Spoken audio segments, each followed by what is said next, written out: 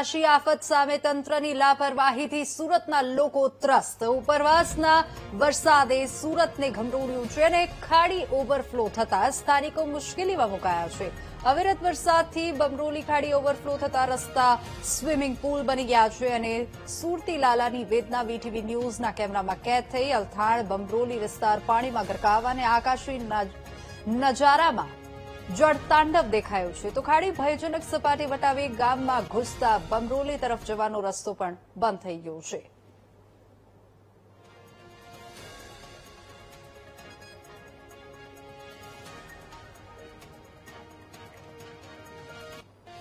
હવામાન વિભાગ દ્વારા આજે આગાહી કરવામાં આવી હતી કે સુરત સહિત સમગ્ર જિલ્લામાં ધોધમાર વરસાદ વરસી શકે છે અને તેને લઈને રેડ એલર્ટ જાહેર કરવામાં આવ્યું હતું। તે મુજબ આજે વહેલી સવારથી જ જે છે તે અવિરત વરસાદ વરસી રહ્યો છે। સુરતના જુદા જુદા વિસ્તારોમાં જે છે તે સતત વરસાદ વરસી રહ્યો છે અને અત્યારે પણ જોઈ શકાય છે સુરતમાં મુશળધાર વરસાદ અત્યારે જોવા મળી રહ્યો છે અને આ પ્રકારે વરસાદ વરસવાના કારણે શહેરમાં અનેક જગ્યાએ જળબંબાકાર જેવી સ્થિતિ સર્જાઈ છે। સુરતના અત્યારે આપણે જે વિસ્તારમાં છે તે બમરોલી ગામ અને અલથાણને જોડતા મુખ્ય માર્ગ પર છે અને બમરોલી ગામમાં છીએ અને ત્યાં અત્યારે જોઈ શકાય છે કે જે ત્યાંથી પસાર થઈ રહેલી બમરોલી ખાડી જે છે તે પોતે આખી ખાડી ઓવરફ્લો થઈ ચૂકી છે અને એટલું જ નહીં પરંતુ ખાડી ઓવરફ્લો થતાની સાથે જ અને મુશળધાર વરસાદ વરસવાને કારણે આખા વિસ્તારમાં પાણી ફરી વળ્યા છે। અત્યારે જોઈ શકાય છે કે જ્યાં જોવો ત્યાં માત્ર પાણી જ પાણી જોવા મળી રહ્યા છે। આસપાસનું જે આવેલું સ્પોર્ટ્સ કોમ્પ્લેક્સ છે તે પણ પાણીમાં ગરકાવ થઈ ચૂક્યું છે। મુખ્ય માર્ગ જે છે બમરોલી અલથાણને જોડતો તે પાણીમાં ગરકાવ થઈ ચૂક્યો છે અને મુશળધાર વરસાદ જે છે તે અત્યારે સુરતમાં આ રીતે જોવા મળી રહ્યો છે।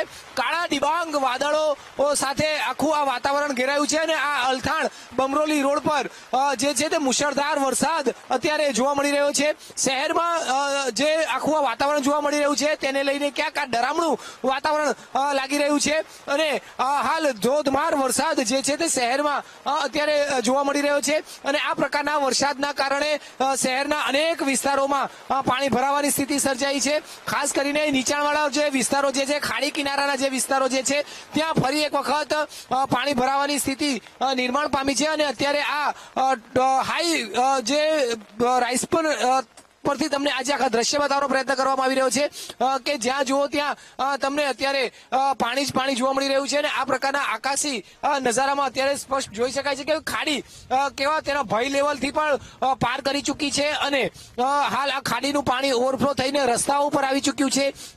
ખાસ કરીને જે આસપાસના રહેતા લોકો રહેણાંક વિસ્તાર છે ત્યાં પહોંચી ચૂક્યું છે અને હાલ આ પ્રકારે લોકો જે છે તે મુશ્કેલીમાં મુકાયા છે। સુરતમાં ધોધમાર વરસાદને કારણે અનેક જલભરાવની સ્થિતિ અનેક જનજીવન પ્રભાવિત થયું છે અને આ પ્રકારની સ્થિતિ દર વર્ષે સર્જાય છે। સુરત મહાનગરપાલિકાનું તંત્ર મોટા મોટા દાવાઓ કરે છે કે પાણી નહીં ભરાય પરંતુ સ્થિતિ તમારી સામે છે, દ્રશ્ય તમારી સામે છે અને મહાનગરપાલિકાના દાવાઓ કઈ રીતે ખોટા પડી રહ્યા છે તે પણ તમારી સામે જોવા મળી રહ્યું છે। માત્ર થોડા સમયમાં જ વરસાદ પડે છે અને પાણી ભરાવાની સમસ્યા સર્જાઈ જાય છે અને જ્યાં સુધી વરસાદ હવે બંધ નહીં થાય ત્યાં સુધી આ પ્રકારની સ્થિતિ જોવા મળી રહી છે જેના કારણે લોકોએ ભારે હાલાકીનો સામનો કરવાનો વારો આવી રહ્યો છે। પ્રજાએ નાગરિકોએ ભારે હાલાકીનો સામનો કરવાનો વારો હાલ આવી રહ્યો છે અને અત્યારે પણ જોઈ શકાય છે કે આવા હાલાકી વચ્ચે લોકોએ પાણીમાંથી પસાર થવા મજબૂર થવું પડી રહ્યું છે કારણ કે આ એક તરફ બમરોલી ગામ છે અને બમરોલી ગામ ને બીજી તરફ અલથાણ બંનેને જોડતો આ મુખ્ય માર્ગ છે અને આ મુખ્ય માર્ગનો જ લોકો વધુ પસંદ કરતા હોય છે અને તેના કારણે આ માર્ગ અત્યારે પાણીમાં ગરકાવ થઈ જતા આખો જે રસ્તો જે છે સંપર્ક જે છે તે અત્યારે મુખ્ય માર્ગ પરનો તૂટી ચૂક્યો છે। આ રીતની સ્થિતિ શહેરના અનેક વિસ્તારોમાં સર્જાઈ છે અને લોકોએ આ વરસાદના કારણે પારાવાર મુશ્કેલીનો સામનો કરવાનો વારો આવી રહ્યો છે। મહાનગરપાલિકાનું તંત્ર જે રીતે મોટા મોટા દાવાઓ કરતું હતું તે ક્યાંક પોકળ સાબિત થતા હોય તેવું આ દ્રશ્ય બતાવી રહ્યું છે। કેમેરામેન સરજુ પારેખ સાથે ધ્રુવ સોમપુરા, વીટીવી ન્યૂઝ, સુરત। તો સુરત જિલ્લામાં વહેલી સવારથી ધોધમાર વરસાદ વરસી રહ્યો છે। અરેઠના મુજલાવ અને બોધનથી પસાર થતી ખાડીમાં પૂર આવ્યું છે સાથે જ રસ્તો બંધ થતા માંડવી, અરેઠ અને બારડોલીના લોકોને 20 કિલોમીટરનો ફેરો કાપવો પડ્યો અને ભારે વરસાદથી જિલ્લાના કેટલાય વિસ્તારો પ્રભાવિત થયા છે।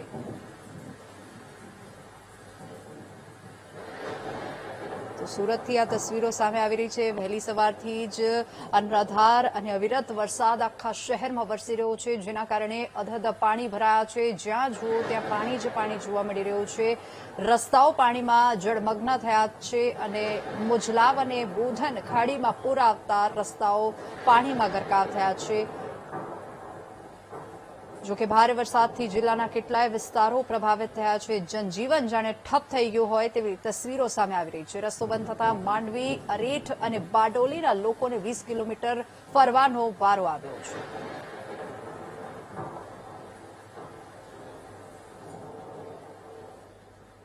તો સુરત જિલ્લામાં ફરી અનરાધાર વરસાદ વરસી રહ્યો છે અને વરસાદને પગલે અલથાણ વિસ્તારમાં પાણી ભરાયા છે। લક્ષ્મી હોમના બિલ્ડિંગના ગેટ પાસે પાણી ભરાયા છે અને 13 માળની બિલ્ડિંગમાં રહેતા 250થી વધુ ઘરના લોકો પરેશાન થઈ ગયા છે। રહીશોએ વીટીવી ન્યૂઝ સમક્ષ અશ્રુભીની વેદના ઠાલવી છે। બિલ્ડર અને એસએમસી પર રહીશોએ રોષ ઠાલવ્યો છે અને તંત્ર નીચાણવાળો વિસ્તાર હોવાનું કહીને કોઈ કામ ન કરતું હોવાનો આરોપ લગાવ્યો છે। બાળકો શાળા માટે અને લોકો ધંધા રોજગાર માટે બહાર નથી નીકળી શકતા, તો તંત્ર સામે આક્રોશ ઠાલવી કાયમી નિરાકરણ લાવવા રહીશોએ માંગ કરી।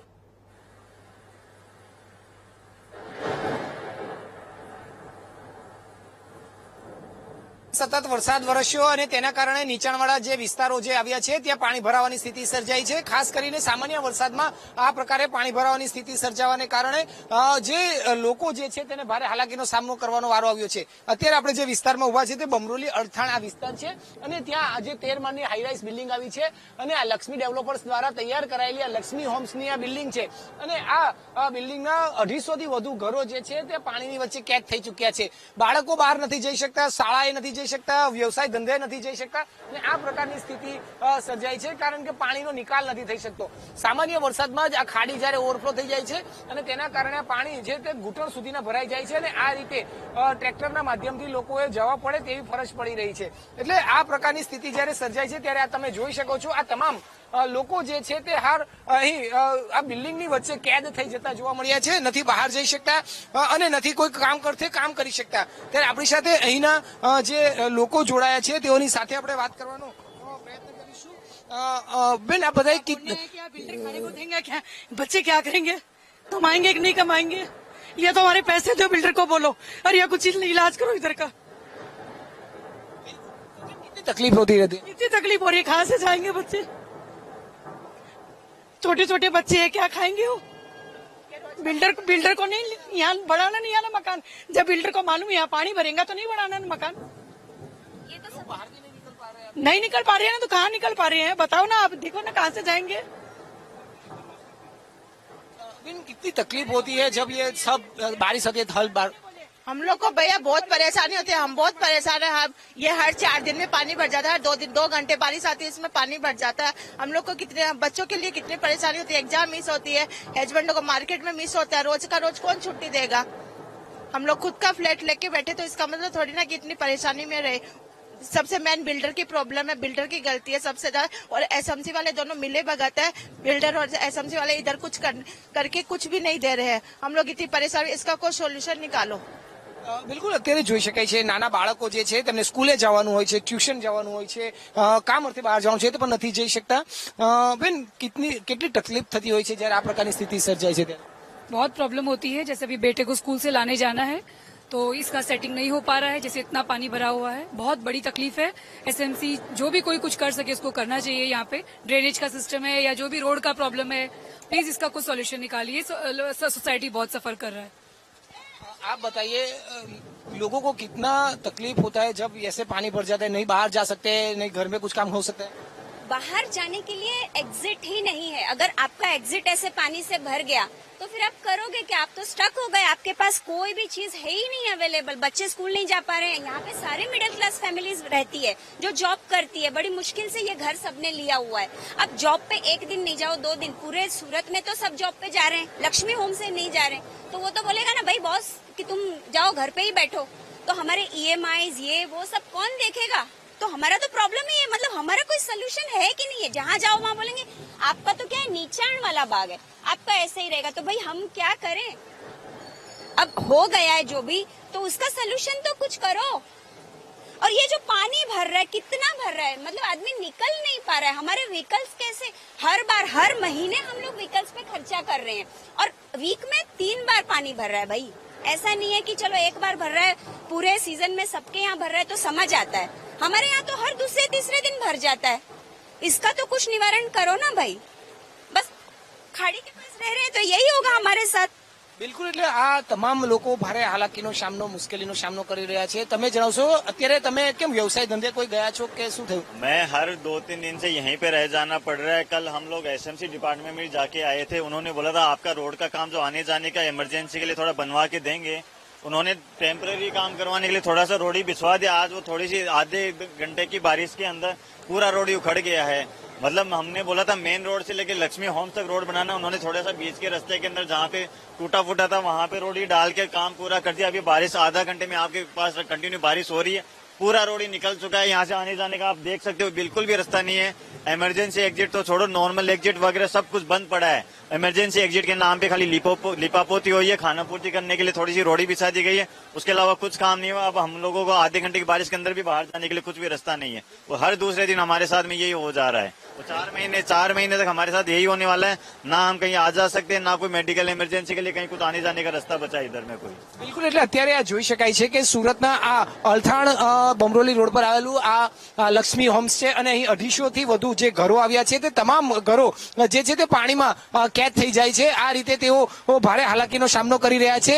રડતી આંખે, અશ્રુભીની આંખે વીટીવી પર તેમને પોતાની વેદના ઠાલવી છે અને આનો કોઈ કાયમી નિરાકરણ લાવવા માટેની પણ તંત્ર પાસે આજીજી કરી રહ્યા છે। એટલું જ નહીં, પરંતુ જો બિલ્ડરને આ પ્રકારની ખબર હોય તો બિલ્ડર અને મહાનગરપાલિકાના મિલીભગતના કારણે આજ આ બિલ્ડિંગ આ રીતે ઉભું કરાયું છે અને અહીં જે લોકો રહે છે તેની સાથે મોટી છેતરપિંડી કરાયા હોવાના પણ આક્ષેપ કરાયા છે। ત્યારે હવે આનો રહેવા તો આવી ગયા છે, મધ્યમ વર્ગના લોકો છે, પરંતુ આનો કાયમી નિકાલ લાવે તેવી માંગ અત્યારે સ્થાનિક લોકો કરવામાં આવી રહી છે।